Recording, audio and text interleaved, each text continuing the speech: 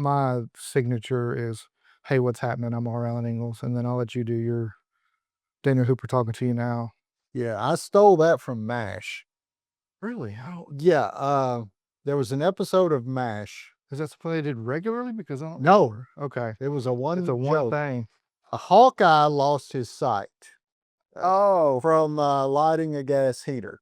So the whole episode, he's blind, and the jokes revolve around him being blind. Well, Radar, who's the company clerk, mhm. Hawkeye, this is Radar O'Reilly speaking to you now. That made me laugh. That's funny. So That's where it came from. So when I would do the Z105 commercials, this is your good friend Daniel Hooper speaking to you now. That's where that came from.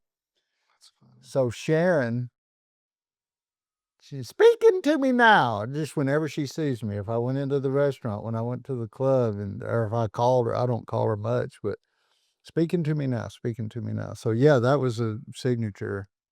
That's funny. Yeah, I've heard you do it several times now, so I assumed it was like that's a thing. yeah, That's a yeah. It's a thing. that's a Hooperism. Yeah. Well, I stole her from Radar. Hey, what's happening? I'm Alan Ingalls. This is your good friend Daniel Hooper speaking to you now. Do we want to call it needs salt or just Yes. salt? I like Needs salt? salt. Okay. Because if we get into a pattern of naming everything 2 words, it's kind of our Like the thing. hypocrites thing. Okay. Yeah. All right. I am the cinematographer and editor for the short film Need Salt. And I wrote, direct, and co-produced with R. Alan Ingalls. What is the film about? This short film was about 2 people on a date who are related to each other, but they don't know they're related to each other. And the audience finds out before they do, and they are just that thick. They don't get it. Many years ago, like 25, 30 years ago, I wrote this piece called Jerry and Sybil Have a Conversation. And it was about, I don't know how many pages of dialogue.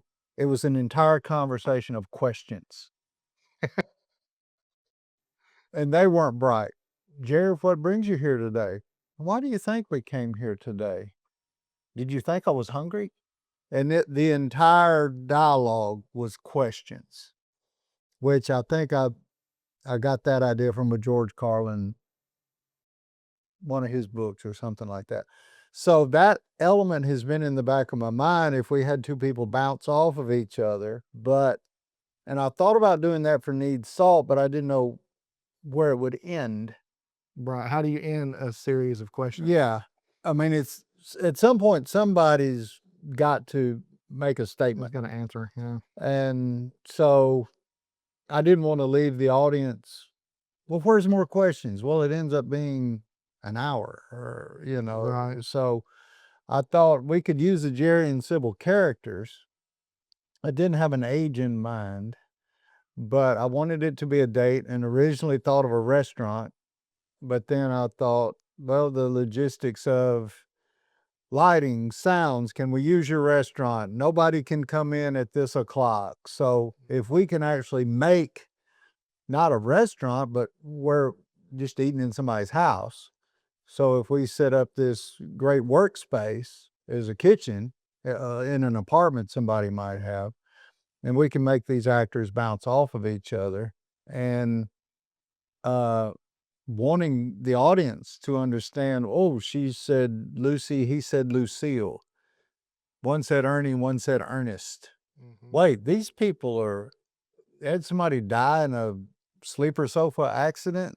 Well, so and so worked with elephants. So, and they don't get it, but we do. The audience does, hopefully.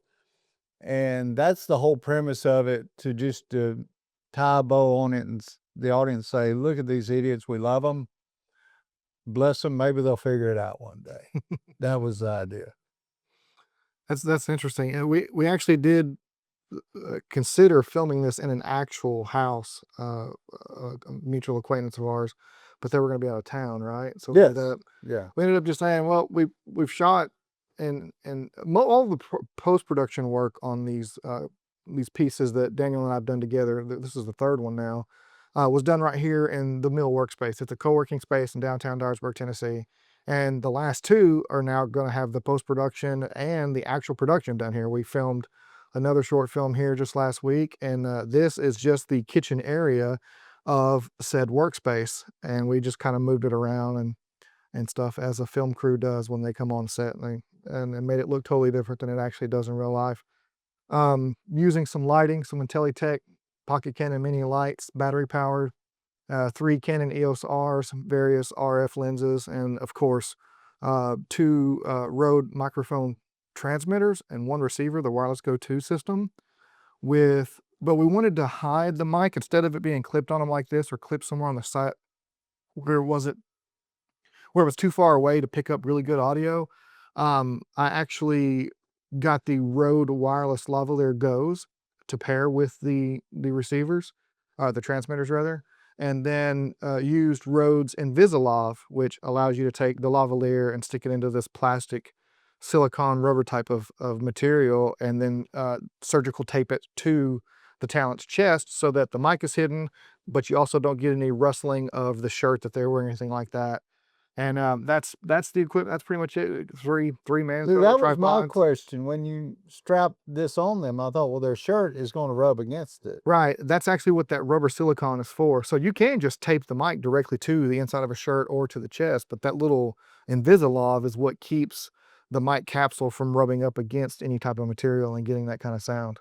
It's actually and they're like it's like 10 or 20 bucks for a pack of 3. They're not. Now, had you, from a sound guy standpoint, had you rather do something like that than somebody hold a boom or Yeah, in situations that we've been shooting in, we really need to mic the talent themselves and get the mic as close as possible. And by allowing the mic to be on the person's chest and pick up all that reverberance and be super close to their mouth, we get a much hotter, much better signal, much easier to work with in post. And we can do it. We mic'd 2 people up today, and we didn't have to hire someone to hold a boom. yeah. That's probably the biggest issue is just getting in the rural area that we live in, staff, people to help us out. So, I haven't had very much luck with people being reliable, so I didn't wanna pin something like our audio on someone actually showing up.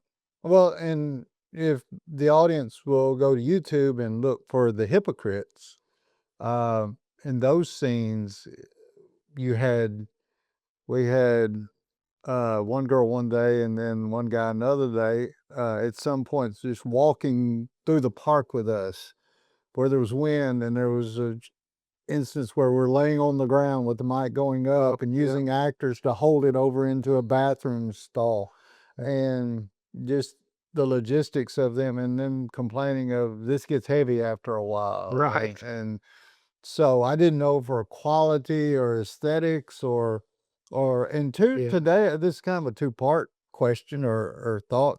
I was wondering about the clinking of the spoons.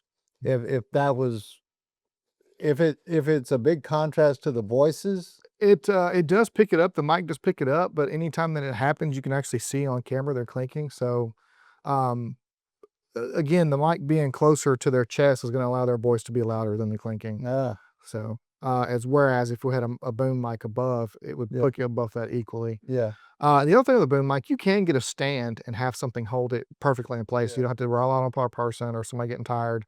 But when you're miking more than one person, I think that getting the mic 6 inches away from their mouth is the yeah. best way to go. And the Rode Wireless Go 2 with the two transmitters, one receiver to the camera, and the Invisalign and the Wireless Go Lav, or the Rode Lavalier Go was the best solution for this specific project. The 2 actors, 2 young actors, Hayden Walker and Taylor Hutching, great. They both were experienced, stage, no screen, I don't think. Taylor was in the last project we did, which Oh, that's was, right. now hiring. But, yeah, Hayden was in Hypocrites. Hypocrites, and other than that, they were just high school productions and local theater stage time, but, they came in like champs and, got what we wanted and acted how they how we wanted them to be, Mhm. and they're very easy to work with, and we should keep an eye on them in the future. Yeah, they took direction well, they have a lot of natural talent, but also they both really work on the character. Mm. They add little things here and there. It's not necessarily them uh, that was funny. Hayden does some really funny things with his face when he's acting. I Yeah. think it's great. Well, I don't know how much of that's acting and how much is Hayden, but Taylor has a wide range of chops and has been in dramatic things and comedic stuff. And I saw her at a production like a month or two ago Was it more downtown. dramatic? It was a dark comedy, Mm. and So it's a comedy that's not self aware. yeah, and then she comes out and just pow, pow, pow. This is live, and she never and at all. She knew her lines like a champ, and she walked in here today, and Same thing. you saw her. I said, "Do you know your lines?" Yeah. So Didn't hesitate to no, answer. and I thought the kids did a great job, and we thought about using some adults Mm. instead, and that was my first go-to because I thought they would bring a different element, and we had actors in mind that had worked together before and had a natural chemistry. Taylor and Hayden had never met. They Mm. didn't even know who the other one was. So, I think based on that, I thought they did a good job, and young people bring a different element of funny and naivete Mhm. A little to bit different vibe. where the adults would have been. Mhm. But, we got what we wanted, and I hope you, the audience, enjoyed what they did, and it made you giggle and made you think they were idiots. So it worked, and, uh, appreciate you. Likewise, you too. Alright. Appreciate you guys for watching. All right. I think I'm good. That was actually a really good conversation.